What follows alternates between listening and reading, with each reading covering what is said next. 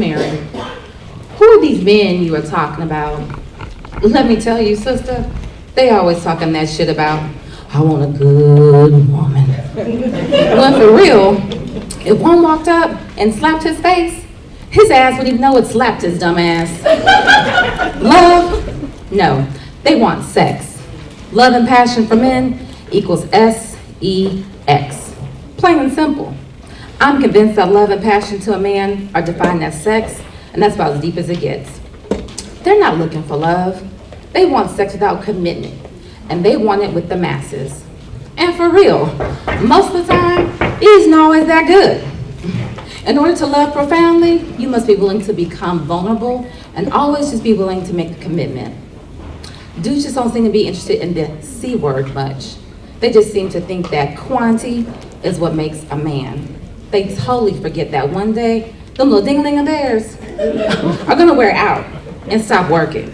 And then what are they gonna have? They totally forget about the Q word, quality. Love until it hurts? No, they want sex until it hurts. So Mary, I think you are wrong, and the answer to your question, in my opinion, is absolutely no, no, no, and hell no to Charlotte. Well, all right.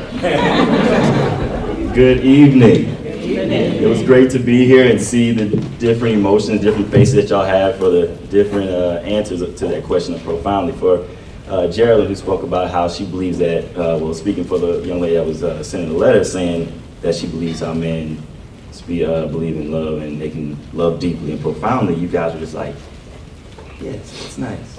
Then you had the opposite. All right now, that's it. I believe it. So gentlemen, we got some work to do today. We're gonna do all right though. My name is Spencer Foreman. I will be your MC for this evening. Once again, I just want to piggyback on what Tiara said and also Mary Gilder. We truly, truly appreciate you all making it here this evening. Saturday night, thank you for making it here. We pray for traveling grace and you all made it here safely. You all look amazing, beautiful. Thank you for coming classy, like it said. You look great. So give a round of applause for yourself. And also, I would like to first, just before we even go into it, give a round of applause for these 6 courageous men. That's right.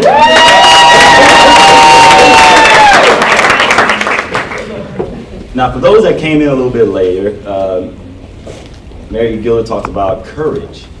And she was brought with a lot of obstacles where she had to be courageous in overcoming those obstacles and having faith. One of her obstacles that she had to overcome was leaving California and coming to Houston, Texas. That takes a lot of courage. I say that because you got Cali weather in the summer, you got Houston weather in the summer, and I don't get it. Like, she had the most amazing courage ever, because in Cali you can walk all day and it's all good. In Houston you take 2 steps and you're like, yeah, it's hot. It is hot. And she was courageous enough to, one of the mottos that Tiara says was sassy is take the second step, and she took that second step. Taking 2 steps in Houston because it's so hot and humid is very hard to do. So, Mary Gilder, applaud you for being courageous to come to Houston in this heat right now, because it's crazy. Very courageous, so that.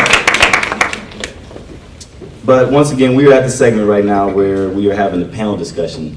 I will be asking these gentlemen questions about life, about relationships, about love, and we have asked them to be completely open, transparent, and it's going to be raw. We have not done any kind of rehearsal or anything like this. These guys literally just showed up and like, okay, let's go. So you're going to get all kind of answers. We have gentlemen from all kind of different backgrounds. They all have their own testimony in their own way, and I guarantee you that you all will leave here blessed and inspired.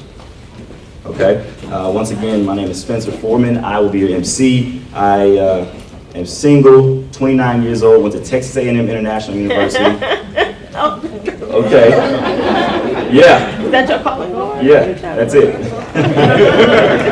Texas A&M International University, got my bachelor's in business management, MBA in marketing. Played basketball there, and now I'm a conductor for the railroad.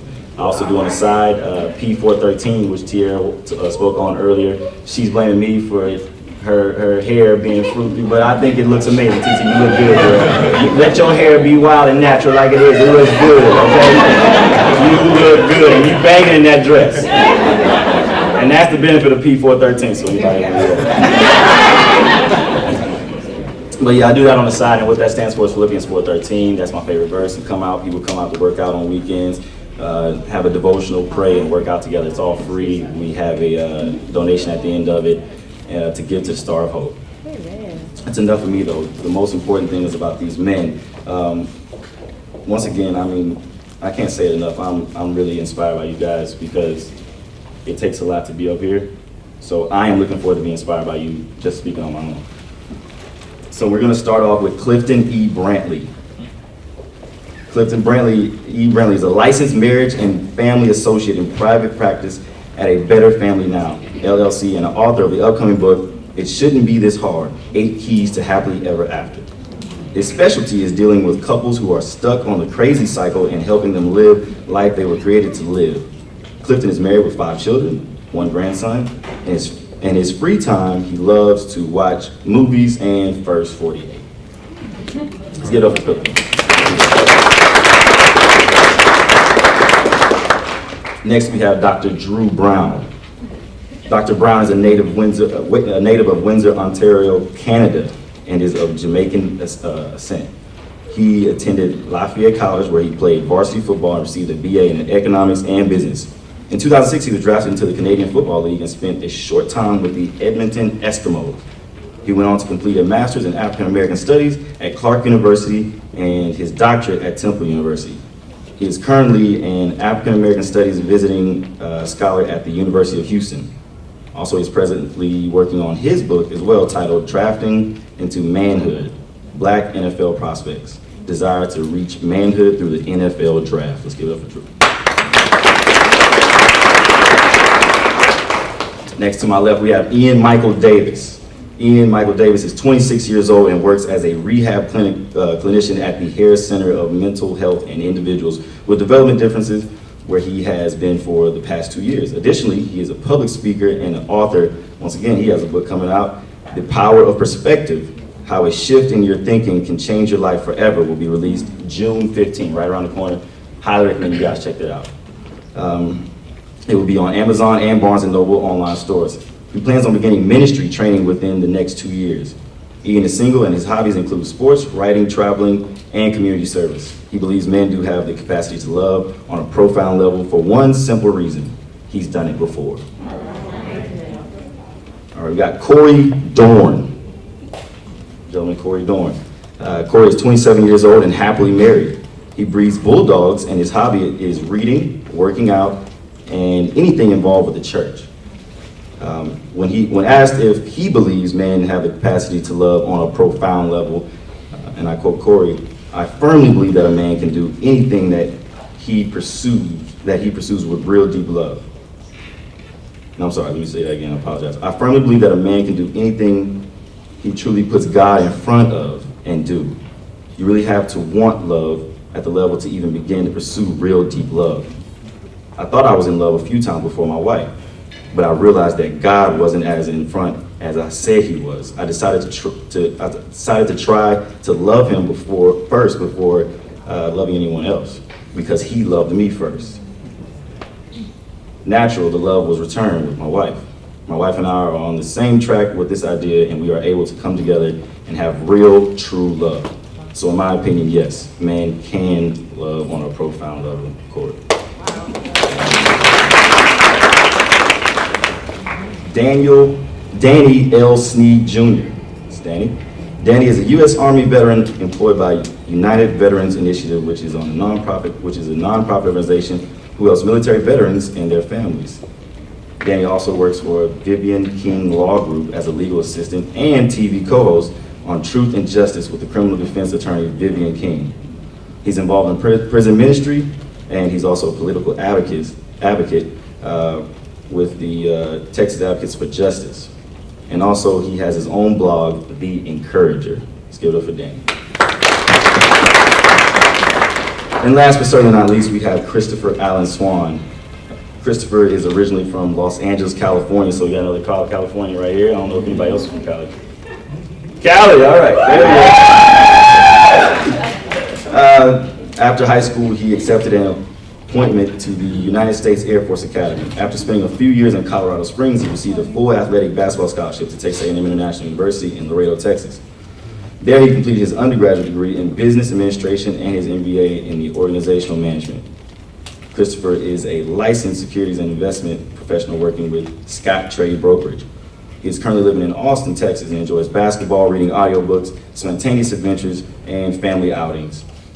And when asked, does Christopher Swan believe that a man has a capacity to love on a profound level, Chris simply stated, men absolutely have the capacity to love. And the only way to love is profound. Let's give it up for Chris. Okay, so here we go. Before I get started, I heard a couple phones ringing earlier. Let's go ahead and put those on silent, please. Because I guarantee you I will answer that phone for you, and we're going to ask them if they believe men can love profoundly. I'm not afraid to do it. I'm just going to answer, like, hey, where are you at for one, and do you believe they can love profoundly? Okay, cool. So let's go ahead and end that right now and just put them on silent, please. Once again, I will open the door for you all to ask questions to these gentlemen once we're done. So anything that you have, I believe you might have had some notepads or a pen, the white cue cards. If you have any of those, write them down or just remember them yourself, and we're going to ask those questions afterwards. Just raise your hand, we'll pass the mic to you, and we'll go from there. So what we're going to do now, I'm going to randomly ask questions to these gentlemen randomly as well, and they're going to answer those questions and be, once again, as open and honest as they can. And we're in for a treat. So here we go. Y'all ready? Ready? Ready? Ready. Okay. Here we go. So starting off, Ian, which character's perspective in the book resonated with you the most and why? I got to guess his name. There was a character, I don't remember his name. Let me catch you just now looking at it.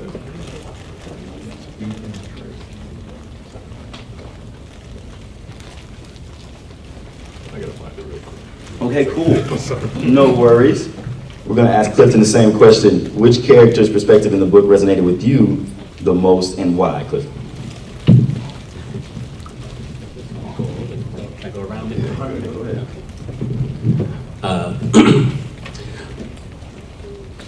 So I don't remember.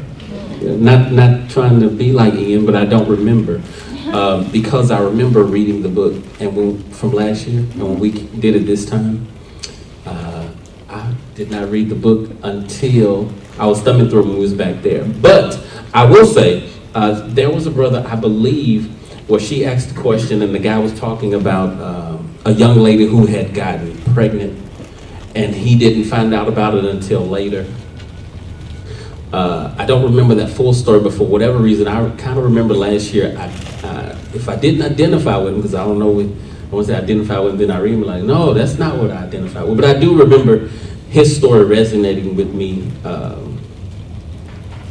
for some reason. So I apologize that I can't answer that question fully.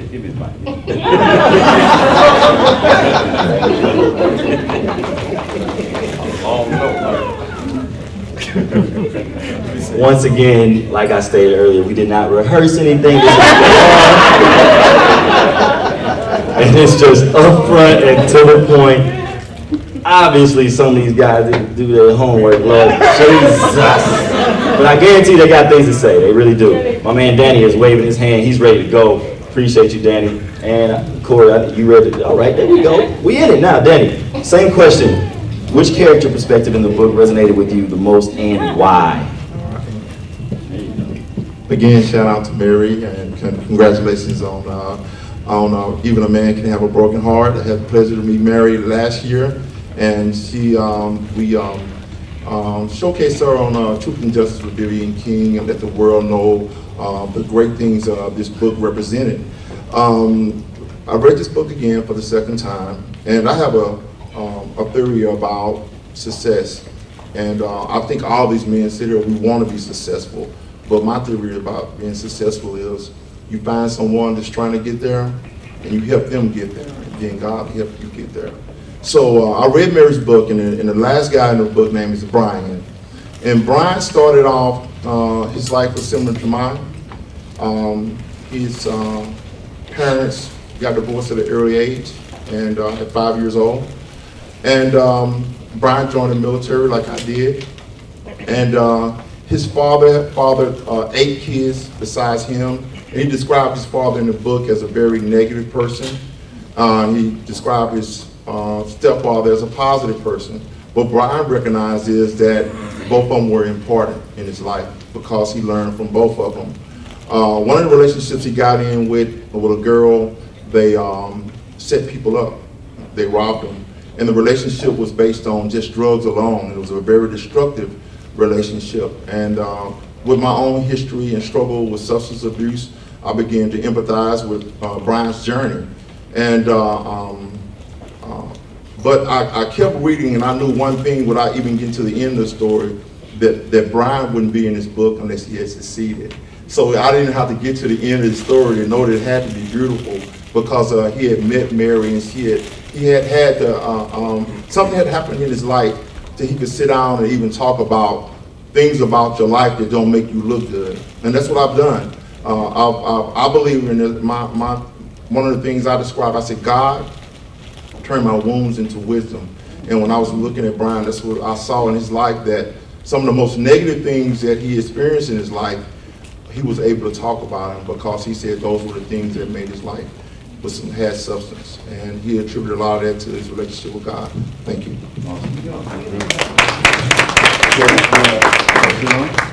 Gonna give it to Corey. Who was your favorite character in the book? First, I would like to thank my wife, Treva, and Ms. Gilder for allowing me to be here today and speak. But I would have to say his name was Zyvan, I think it was, or Zyvan. And I relate with him most because we were like turtle men.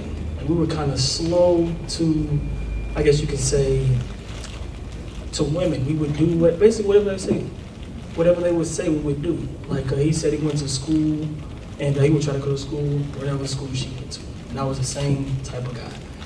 If she said jump, I'm how high. Even if she might have disrespected me or done some things that I frowned upon, and I dealt with it for years. It might have been 3 years that I dealt with a woman, and I know maybe I wasn't right, or maybe she wasn't right, but at the same time, I kept on trying to be a good dude. Like, I would try to fix my mistakes, I would try to fix her mistakes, and I would keep going, thinking like, okay, maybe if I do this, it'll work. Or maybe if she do this, it'll work. And I just kept trying to be a person I wasn't. And I was trying to make her be a person that she wasn't by forcing information or me forcing myself to stop when I know I should just not be in this relationship. I should maybe move on and do something else. And Xavier was the same way. He pushed it for quite some time, and they had children. I didn't have any children, but I was, pretty close to actually living this almost identical lifestyle, and giving up basketball and trying to just follow basically her dreams and pushing anything that she did wrong or anything that I did wrong under the rug. And basically me and him, as soon as I started, I was like, wow, this guy, we kind of relate on our behaviors of what we've done around women and towards women that wasn't of liking for ourselves and for a woman as well, that we should, live our own lives and not necessarily just do what she say, hey, do this or do that, and not speak up for ourselves. So me and him totally relate. All right, great answer, great answer. Go ahead and clap for him.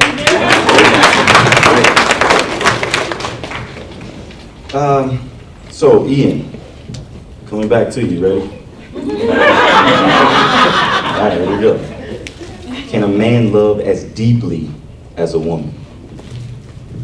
Absolutely. Going back to my faith in the Bible and the creation narrative, after everything God made, the land, the plants, the animals, the vegetation, everything, the Bible says, and God saw that it was good, and it was so. The only thing that, the only thing that God said was not good was for man to be alone. And so deep down within the confines of my being as a man, I know there's a part of me that can't be satisfied by anything other than a woman. And I had that woman in my life about 2 years ago, but I wasn't ready to be the man that maybe she needed to be. And it was one of those things where I had to confront myself. I had to look in the mirror and say, I know that she needs things that I can't provide. And my ego said, let me keep dragging it out, let me keep dragging it out. But eventually I just said, I can't waste your time, I can't waste my time pretending to be somebody I'm not. And it got to the point where I was compromising my authenticity, doing things that she wanted me to do. I almost didn't write this book, I almost didn't go into ministry training because it was always, Ian's not good enough. And she never said that. I'm sorry I'm getting a little emotional about it. Just as a man, when you hear somebody that you love look down on you, it hurts you. My parents were divorced, and her parents been married, I think, 30-something years. And, you know, she was a psychology major. She looked down on me like a little case from her book because she assumed I didn't have a father. And my father and I are like that. And when you go somewhere with my family, my father, it crushed me. And it got to a point where I'd start cussing out. I'd just be very disrespectful because I had too much pride to say, hey, you hurt my feelings. But I did love her profoundly, but it turned into something bitter and disgusting that it didn't need to. All because I couldn't say to her, you made me feel like less of a man. I had too big of an ego to do that. And I'm glad that I went through that. But before I got there, before that comment, I mean, it was smooth sailing. I loved her to death. And admittedly, it took me a very long time to get over. I mean, I'm talking this is 3-4 months ago. I just got it fully out of my system, but I did love her that profoundly because I don't believe that God created man and woman to not feel that way about one another. But what I didn't do, I didn't keep God in that relationship. Whenever my pain came, I was my God, and he wasn't. And as soon as I pushed him out of the equation for my pride's sake, not only did I stop loving God the way that I should have, I stopped loving her because I believe when you disconnect from God in a relationship, you don't have the capacity to love a woman anymore. So for me, I do believe you can love profoundly, and whenever that comes back around again, I'm more mature to handle it this time. So. All right. Let's keep going. That was awesome. Once again, this is open and transparent. He does not know half of y'all, maybe less than that, and he just gave y'all a real testimony, a real story, and that is amazing. Okay? Welcome back, Ian. You bounced back, didn't you? You bounced back. Oh, way to go back, baby. I like it. Okay. Christopher Swan. Can lust and love coexist? Yes. I'll elaborate.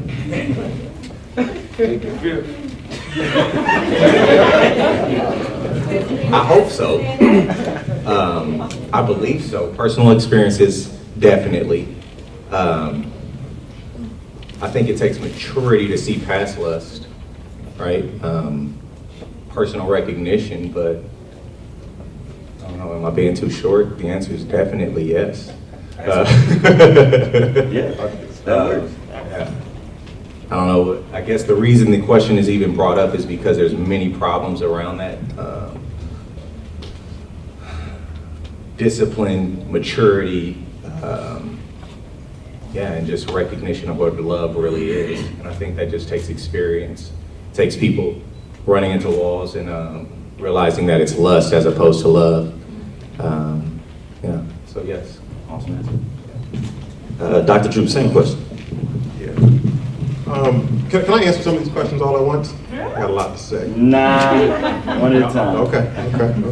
I think that they can coexist. I think that the problem is, like was said before, that there are some other things going on around these issues. I think that for a lot of men, I'll speak for, I guess, or on behalf of, for a lot of men, when men are dating women, they're not always looking to marry every single woman. And so what happens is that a lot of women get categorized without being told. You're not in the marriage category anymore.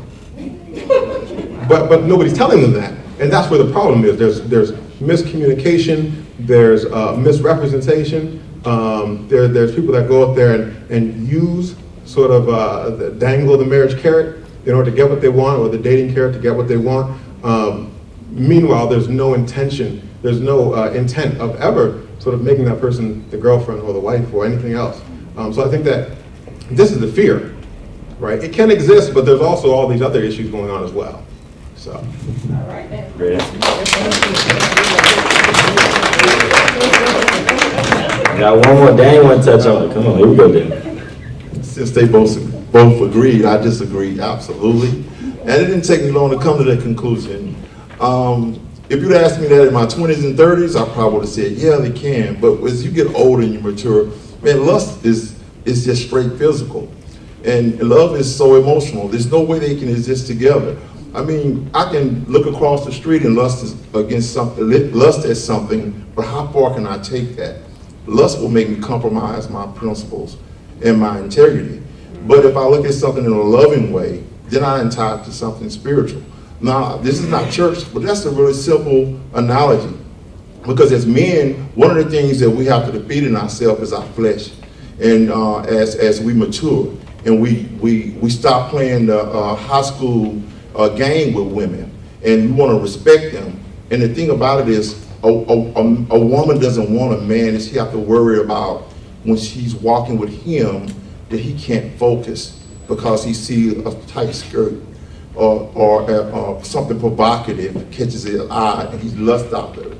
Now, this is not something we perfect, but we practice it as men as we mature to tell ourselves that we just don't react in what we see. We look at things and we say we want to be better than just lust. And I digress. Thank you. Great.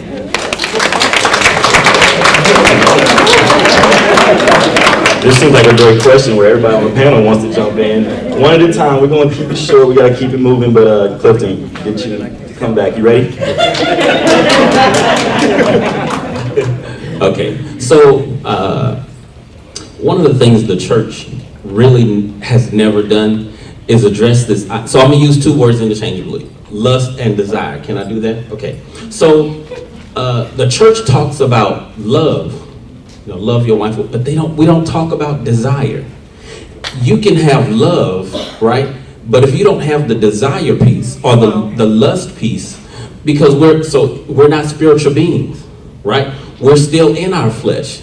And I want to be able to still desire my wife so that we can be intimate, because love, like you say, love is emotional. Love can be a comfort thing. Like, I love my wife, especially if it's a biblical love, because biblical love is not about emotions. Biblical love is about service.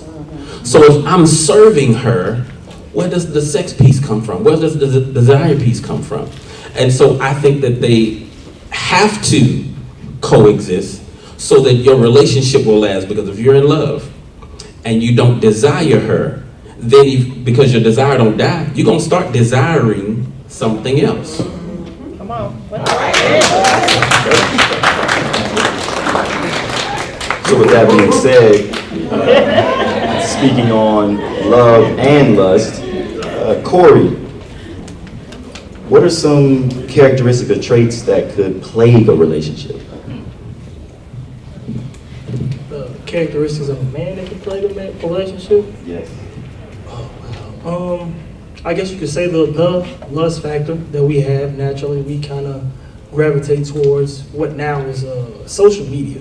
Oh man, we kind of gravitate toward it and we see it, and we might not actually react lustfully at that moment, but it's in our minds and it's in our hearts. And we will go on there for hours and unconsciously like certain things and comment on certain things, and we go out and look for it. And we don't know that we kind of brewed it up over time after we've kind of looked at so much stuff on social media or our friends or who we conduct ourselves with. It kind of messed us up. And we, developed this characteristic that we don't know we have. We lust after women and they're like, oh, you just want to use us, and you're in your mind, in your right mind, now that you're kind of backing away and trying to pursue a woman, you feel like, no, I'm not. But you don't know that you brewed up a bad, I guess you could say like a karma on yourself. You've learned to lust after women, like we were just talking about, that I feel like that is just one of the things that distracts us from really loving, because we keep looking for more. Okay, we gotta be more. Okay, she has this, I want this.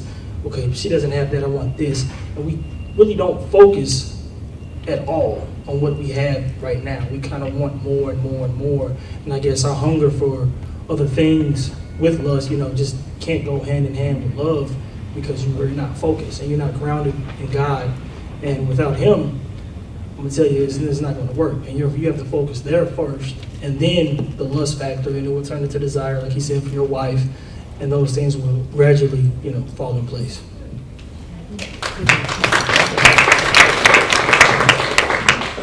Back to you, Dr. Brown. Well said, Corey, on what plagues a relationship. Dr. Brown, what are the key ingredients for a successful relationship? I think there are a couple key ingredients. I mean, I don't want to just give like a recipe for a successful relationship. I think that everything is relationship specific, right? I think that the one thing that we do deal with, especially in this book, a lot of the men, I think it was Zach who sort of verbalizes it, is that the challenge is trying to be better, and the fear is failing. And I had to ask myself the question, like, what is he talking about? The be better at what? The fear of what? It's about trying to be a man, trying to be a better man, and the fear that you're going to fail at being a man. The problem is that we have this definition of sort of manhood that is somewhat problematic. It can be, from the images that we see, trying to chase women because that's what we see men doing, so-called men do. All these things, we have sort of these sort of images and constructions of what a man is supposed to be that it really compromises our relationships. I think that some of the key things that allow us to be successful in our relationships is allowing ourselves to sort of put down these problematic definitions of what it means to be a man or a real man, and really investigate some more harmonious descriptions and understandings of what it means to be a man in this relationship. And the same thing for the other side, or be a father in this family. I think that those are the things that we really need to look at. Well said, well said.